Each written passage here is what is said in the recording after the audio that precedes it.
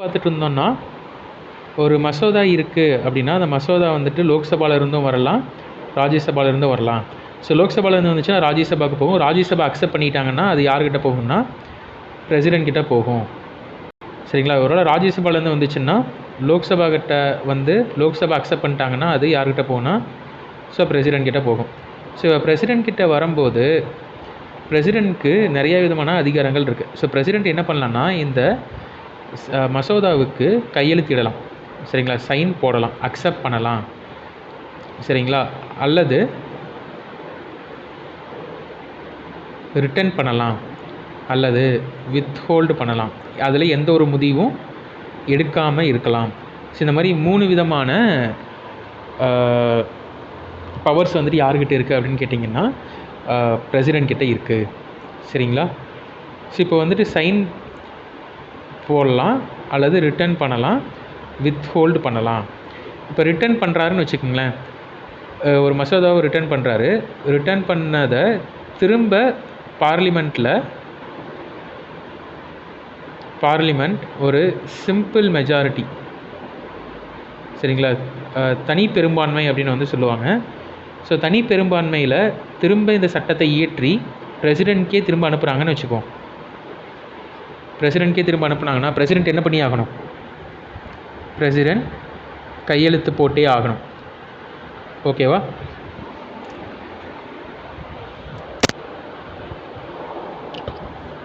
So இப்போ வந்துட்டு இதை நிறுத்தி வச்சுருக்காருல்ல, இது நிறுத்தி வச்சுருக்கிறதுக்கு பேர் என்ன சொல்லுவாங்கன்னா அப்சல்யூட் வீட்டோ அப்படின்னு வந்து சொல்லுவாங்க. Absolute veto power of the president.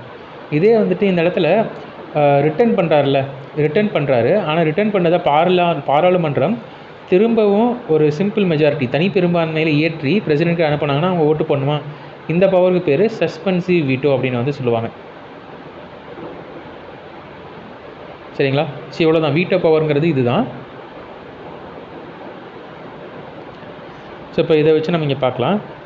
Indian president has veto power. எந்தெந்த சட்டத்தின் மீதெல்லாம் வந்து பார்த்திங்கன்னா வீட்டோ பவர் பிரசிடென்ட்க்கு இருக்குது அப்படின்னு கேட்டிங்கன்னா சாதாரண மசோதா. சரிங்களா? சாதாரண மசோதா வந்துச்சு அப்படின்னா பிரசிடென்ட் என்ன பண்ணலான்னா ஒன்று சைன் போடலாம், அல்லது அதை ரிட்டர்ன் பண்ணலாம், அல்லது வித்ஹோல்ட் பண்ணலாம். அதாவது அப்சல்யூட் வீட்டோ இருக்குது, சஸ்பென்சிவ் வீட்டோ அப்படிங்கிறது இருக்குது. எதுக்கு? சாதாரண மசோதாவுக்கு. நிதி மசோதான்னு வச்சுக்கோங்களேன். நிதி மசோதாவுக்கு அவர் வந்துட்டு என்ன பண்ண முடியும்? கண்டிப்பாக கையெழுத்து போட்டு தான் ஆகணும்.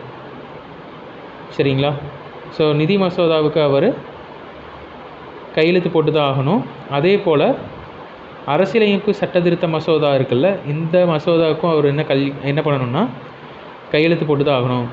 மாநில சட்ட மசோதா இருக்குல்ல, மாநில சட்ட மசோதாவுக்கு வந்து பார்த்திங்கன்னா இதை தாண்டிலும் அவருக்கு நிறையா பவர்ஸ் வந்துட்டுருக்கு. சரிங்களா? அதையும் வந்துட்டு அவர் என்ன பண்ணலாம்னா நிறுத்தி வைக்க முடியும்.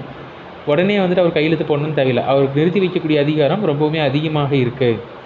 சரிங்களா? அப்போது இதுலேயும் வந்துட்டு அவருக்கு ரத்து செய்யக்கூடிய அதிகாரம் இருக்குது. ஸோ அப்போ ஆன்சர் வந்துட்டு என்ன அப்படின்னு கேட்டிங்கன்னா 1 and 4. ஸோ சாதாரண மசோதா மீது அவருக்கு ரத்து செய்யக்கூடிய அதிகாரம் இருக்குது, மாநில சட்ட மசோதா மீது இருக்குது. ஆனால் அரசியலமைப்பு சட்ட மசோதாவுக்கும் அவர் என்ன பண்ணணும்? கண்டிப்பாக கையெழுத்து போட்டாகணும். நிதி மசோதாவுக்கும் அவர் கையெழுத்து போடணும்.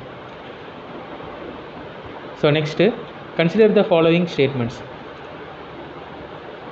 The Constitution of India establishes parliamentary form of government. இந்திய அரசியலமைப்பு சட்டம் பாராளுமன்ற அரசாங்க முறையை நிறுவியுள்ளது.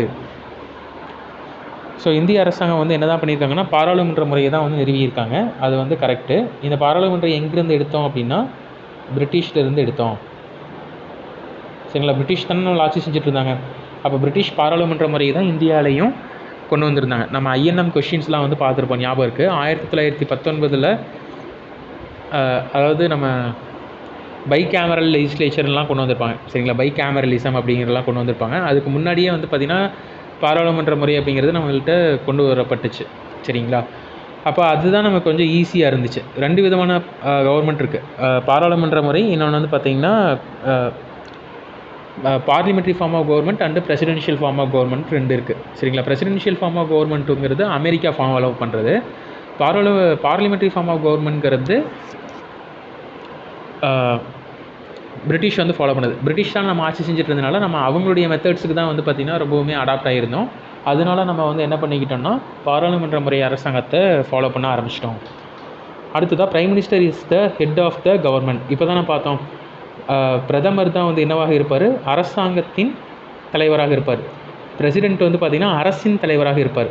சரிங்களா? அப்போ இதுவும் கரெக்டு, இதுவும் கரெக்டு. குடியரசுத் தலைவர் அரசாங்கத்தின் தலைவரா? குடியரசுத் தலைவர் அரசாங்கத்தின் தலைவர் கிடையாது. குடியரசுத் தலைவர் அரசின் தலைவர் தான்.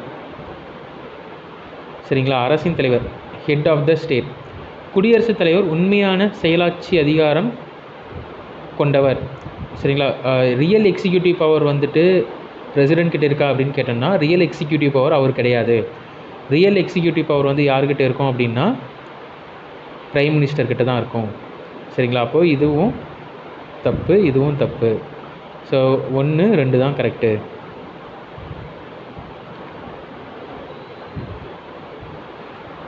Next, following statements related to election of Indian president. Find out the wrong statement. கீழ் காணப்படும் வாக்கியங்கள் குடியரசுத் தலைவரின் தேர்தல் குறித்து கூறப்படுகிறது. இதில் எது தவறான வாக்கியம் என்று கண்டுபிடிக்கவும். சரிங்களா? நம்ம தேர்தல் பற்றி நம்ம பார்த்தோம். இப்போ கொஞ்ச நேரத்துக்கு முன்னாடி தான் நம்ம வந்து பார்த்தோங்களா, குடியரசுத் தலைவருடைய தேர்தல் என்ன ஆர்டிக்கல்? PEEM. இந்த இ தான் வந்து பார்த்திங்கன்னா தேர்தல். இந்த ஈங்கிறது தான் தேர்தல். ஓகேவா?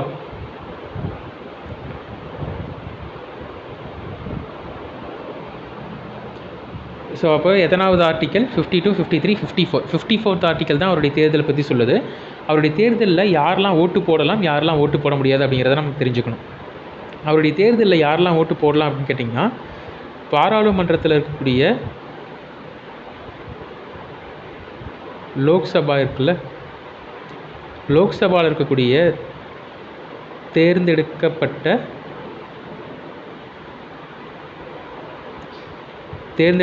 உறுப்பினர்கள், அதே போல் ராஜ்யசபாவில் இருக்கக்கூடிய தேர்ந்தெடுக்கப்பட்ட உறுப்பினர்கள், கீழே சட்டமன்றங்கள் லெஜிஸ்லேட்டிவ் அசம்பிளி இருக்குல்ல, லெஜிஸ்லேட்டிவ் அசம்பிளியில் தேர்ந்தெடுக்கப்பட்ட உறுப்பினர்கள். சரிங்களா? யாரெல்லாம் ஓட்டு போட முடியாது அப்படின்னு கேட்டிங்கன்னா, நியமிக்கப்பட்ட உறுப்பினர்கள் போட முடியாது. அதே போல் ராஜ்யசபாவில் இருக்கக்கூடிய 12 பேர் ராஜ்யசபாவில் நியமிக்கப்பட்ட உறுப்பினர்கள் இருப்பாங்க, அவங்களும் ஓட்டு போட முடியாது. லோக்சபாவில் நியமிக்கப்பட்ட உறுப்பினர்கள் இருந்தாங்க, அவங்களும் போட முடியாது. அதே போல் லெஜிஸ்லேட்டிவ் அசம்பிளி மாதிரி லெஜிஸ்லேட்டிவ் கவுன்சில்னு ஒன்று இருக்குது. ஸோ சட்ட மேலவை, இந்த சட்ட மேலவை தமிழ்நாட்டில் கிடையாது. அப்போது இந்த சட்ட மேலவை இருக்குன்னா அதில் இருக்கக்கூடிய உறுப்பினர்கள் யாருமே ஓட்டு போட முடியாது. சரிங்களா? இதுதான் வந்து பார்த்திங்கன்னா எலெக்ஷனில் ஆர்டிக்கல் 54 சொல்லியிருக்கு. லோக்சபாவில் இருக்கக்கூடிய, ராஜ்யசபாவில் இருக்கக்கூடிய, லெஜிஸ்லேட்டிவ் அசம்பிளியில் இருக்கக்கூடிய தேர்ந்தெடுக்கப்பட்ட உறுப்பினர்கள் ஓட்டு போட முடியும். யாரெல்லாம் ஓட்டு போட முடியாதுன்னா இதில் இருக்கக்கூடிய நியமிக்கப்பட்ட உறுப்பினர்கள் ஓட்டு போட முடியாது. அதே போல் சட்ட மேலவை லெஜிஸ்லேட்டிவ் கவுன்சிலில் இருக்கக்கூடிய உறுப்பினர்கள் ஓட்டு போட முடியாது. ஸோ இப்போ இந்த ஸ்டேட்மெண்ட்ஸ் வந்து பாருங்கள். அவர் ஒரு இந்திய குடிமகனாக இருக்க வேண்டும். சரிங்களா? இதில் ஜஸ்ட் இப்படி கொடுத்துட்டாங்க. ஸோ இங்கே வந்து எலெக்ஷனை பற்றி தான் கேட்டிருக்காங்க. அப்போது ராங் ஸ்டேட்மெண்ட், அவர் இந்திய குடிமகனாக தான் இருக்கணும், எலெக்ஷனில் நிற்கணும் அப்படின்னா. ஸோ 2வது, பாராளுமன்றத்தின் ஈரவைகளின் உறுப்பினர்களால் மட்டும் தேர்ந்தெடுக்கப்படுவார். ஸோ இங்கே நம்ம என்ன பார்த்தோம், இதுதான் பாராளுமன்றத்தினுடைய ஈரவைகள், லோக்சபா, ராஜ்யசபா. இதனால் மட்டும்தான் பிரசிடென்ட் தேர்ந்தெடுக்கப்படுகிறாரா? இல்லை தானே. யாரும் வராங்க? லெஜிஸ்லேட்டிவ் அசம்பிளி, சட்டமன்றம், மாநில சட்டமன்றமும் வந்து வருதா? ஸோ ஸ்டேட் லெஜிஸ்லேட்டிவ் அசம்பிளியும் வருதா? அப்போ இந்த இடத்துல சொல்லக்கூடியது தப்பு தானே. பாராளுமன்றத்தின் ஈரவைகளின் உறுப்பினர்களால் மட்டும் தேர்ந்தெடுக்கப்படுவார், அப்படி கிடையாது. பாராளுமன்றத்தின் ஈரவைகளின் உறுப்பினர்கள் மற்றும் சட்டமன்றத்தின், மாநில சட்டமன்றத்தின் தேர்ந்தெடுக்கப்பட்ட உறுப்பினர்கள், ஈரவைகளின் தேர்ந்தெடுக்கப்பட்ட உறுப்பினர்கள் மற்றும் மாநில சட்டமன்றத்தின் தேர்ந்தெடுக்கப்பட்ட உறுப்பினர்களால் தேர்ந்தெடுக்கப்படுவார் அப்படிங்கிறது தான் வரணும். அப்போ இது வந்துட்டு என்னவாக இருக்குது அப்படின்னா தப்பாக இருக்குது. எந்த விதமான லாபம் தரும் தொழிலிலும் இல்லாமல் இருத்தல், இதுவும் வந்து கரெக்டு தான். அவரை எலக்டோரல் காலேஜ் தேர்வு செய்கிறது, தேர்தல் கல்லூரி. ஸோ அதெல்லாம் வந்துட்டு அது அப்படியே டிரான்ஸ்லேட் பண்ணியிருக்காங்க. தமிழில் வந்துட்டு வேறு ஏதோ வரும், எலக்டோரல் காலேஜ் தேர்வு செய்கிறது அப்படிங்கிறதும். ஓகே. ஸோ நெக்ஸ்ட் இந்த கொஷின் வந்து பார்க்கலாம். ஆர்டிகல் 53 நம்ம என்னென்னு பார்த்தோமா? Article 52 B, beam TN Q காய்வ். அப்போ வந்து பிங்கிறது பிரசிடென்ட்டு, ஈனா எக்ஸிக்யூட்டிவ் பவர்னு பார்த்தோமா? அப்போ 53ங்கிறது வந்து என்ன? Executive power of the president. சரிங்களா? மத்திய அரசின் நிர்வாக அதிகாரம், அதாவது குடியரசுத் தலைவருடைய நிர்வாக அதிகாரம் தான் 53. ஓகேவா? அடுத்ததாக 352ங்கிறது வந்துட்டு என்ன அப்படின்னா நேஷ்னல் எமர்ஜென்சியை பற்றி சொல்லும். இந்த ஆர்டிகல்ஸ்லாம் கொஞ்சம் ஞாபகம் வச்சுங்க. 352ங்கிறது தேசிய நெருக்கடி நிலையை பற்றி சொல்லும், நேஷ்னல் எமர்ஜென்சி. 356ங்கிறது பிரசிடென்ட்ஸ் ரூல் அல்லது ஸ்டேட் எமர்ஜென்சின்னு சொல்லுவாங்க. பிரசிடென்ட் ரூல் பற்றி சொல்லும், குடியரசுத் தலைவர் ஆட்சியை பற்றி சொல்லும், ஸ்டேட் எமர்ஜென்சி. 360ங்கிறது ஃபினான்ஷியல் எமர்ஜென்சி, நிதி நெருக்கடி நிலை. சரிங்களா? நிதி நெருக்கடி நிலை. இந்த 3 ஆர்டிகளுமே முக்கியம். 352ங்கிறது நேஷ்னல் எமர்ஜென்சி, 356ங்கிறது பிரசிடென்ஷியல் ரூல், 360ங்கிறது நிதி நெருக்கடி நிலை. சரிங்களா? ஸோ அப்போ இதை வச்சு நம்ம மேட்ச் பண்ணிடலாமா? 350 ஏக்கு வந்துட்டு என்ன வரும்? 3 வரும். 3 தான் வரும் அப்படின்னு பார்க்கும்போது ஏவும் டியும் கேன்சல் ஆயிருதா? பிக்கு வந்துட்டு என்ன தான் வரும்? 1 தான் வரும். அப்போ ஆன்சர் வந்துட்டு இதுதான். 2 ஆப்ஷன் தெரிஞ்சதுனாவே போதும், மீதி இருக்கக்கூடியது தெரியுதுன்னு தேவையில்லை. ஆர்டிகல் 76 வந்து எதை பற்றி சொல்லணும்னா attorney general appointment.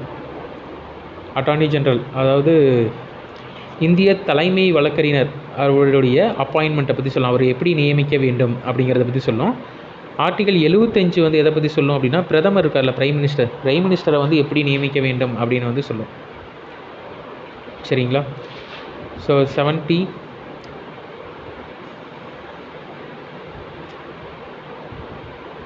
PEAP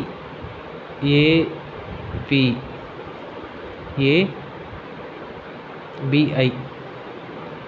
so இது வந்துட்டு 72, 73, 74, 75, 76, 77, 78. சரிங்களா? ஸோ பி அப்படிங்கிறது வந்து பார்த்திங்கன்னா பர்டனிங் பவர் ஆஃப் த பிரசிடென்ட்னு சொல்லுவாங்க, அதாவது பிரசிடென்ட்டுடைய மன்னிக்கும் அதிகாரங்களை பற்றி சொல்லக்கூடியது. ஸோ இ அப்படிங்கிறது நமக்கு தேவையில்லை. அடுத்ததாக ஏ வந்துட்டு என்ன அப்படின்னா அட்வைஸ். ஸோ யாருக்கு அட்வைஸ் பண்ணுவாங்க அப்படின்னு தெரிஞ்சுக்கணும். அதாவது கவுன்சில் ஆஃப் மினிஸ்டர்ஸ்ன்னு இருக்காங்க. கவுன்சில் ஆஃப் மினிஸ்டர்ஸ்னால் அமைச்சரவைன்னு இருக்கிறது தான் கவுன்சில் ஆஃப் மினிஸ்டர்ஸ். அமைச்சரவைக்கு யார் தலைமை ஏற்றிருக்காங்க அப்படின்னா பிரதமர். ஸோ இந்த அமைச்சரவை பிரதமருடைய தலைமையில் இருக்கக்கூடியவங்க என்ன பண்ணணும்னா அட்வைஸ் பண்ணணும். யாருக்கு? பிரசிடென்ட்க்கு அட்வைஸ் பண்ணணும். அந்த அட்வைஸை கேட்டு தான் யார் நடக்கணும்னா பிரசிடென்ட் வந்து நடக்கணும். அவர் எந்த ஒரு செயல்றனாலும் யாருடைய அட்வைஸ் படி நடக்கணும்னா council of ministers headed by the prime minister. சரிங்களா? பிரதமரால் தலைமை தாங்கப்படக்கூடிய அமைச்சரவை குழுவின் அறிவுரையின் பேரில் குடியரசுத் தலைவர் ஆட்சி செய்ய வேண்டும். ஸோ அதான் அட்வைஸ். அடுத்ததாக பி அப்படின்னா பிரைம் மினிஸ்டர். ஸோ பிரைம் மினிஸ்டரை எப்படி நியமிக்க வேண்டும் அப்படிங்கிறத பற்றி சொல்லும். ஏ அப்படின்னா அட்டார்னி ஜெனரலை எப்படி நியமிக்க வேண்டும் அப்படின்னு வந்து சொல்லுவாங்க. ஸோ பினா பிஸ்னஸ். ஸோ பிஸ்னஸ்னால் வந்துட்டு எதுவும் இல்லை, அதாவது பாராளுமன்றத்தில் நடக்கக்கூடிய செயல்பாடுகளை தான் வந்து என்னென்னு சொல்லுவாங்கன்னா பிஸ்னஸ் அப்படின்னு சொல்லுவாங்க. பாராளுமன்றத்தில் இருக்கக்கூடிய செயல்பாடுகள் எப்படி நடக்க வேண்டும் அப்படிங்கிறது, யாருடைய பேரில் நடக்கணும் அப்படிங்கிறது தான் பிஸ்னஸ்ங்கிறது சொல்லும். ஐனா இன்ஃபர்மேஷன். ஸோ இன்ஃபர்மேஷன் வந்து என்னென்னா இப்போ பிரசிடென்ட் இருக்கார், பிரைம் மினிஸ்டர் இருக்கார், கவுன்சில் ஆஃப் மினிஸ்டர்ஸ் இருக்காங்க. பிரசிடென்ட், பிரைம் மினிஸ்டர், அமைச்சரவை. ஓகேங்களா? இப்போது பிரசிடென்ட் வந்துட்டு இந்த அமைச்சரவை இருக்காங்கல்ல, இந்த அமைச்சரவையோட டேரெக்டாக என்ன பண்ண முடியாதுன்னா பேச முடியாது. ஓகேவா? ஸோ எப்படி தான் பேசணும் அப்படின்னு கேட்டிங்கன்னா பிரசிடென்ட் பிரைம் மினிஸ்டர்கிட்ட சொல்லுவார். ஓகேவா? ஸோ பிரைம் மினிஸ்டர்கிட்ட சொல்லுவார். பிரைம் மினிஸ்டர் யார்கிட்ட சொல்லுவாங்கன்னா கவுன்சில் ஆஃப் மினிஸ்டர்கிட்ட சொல்லுவாங்க.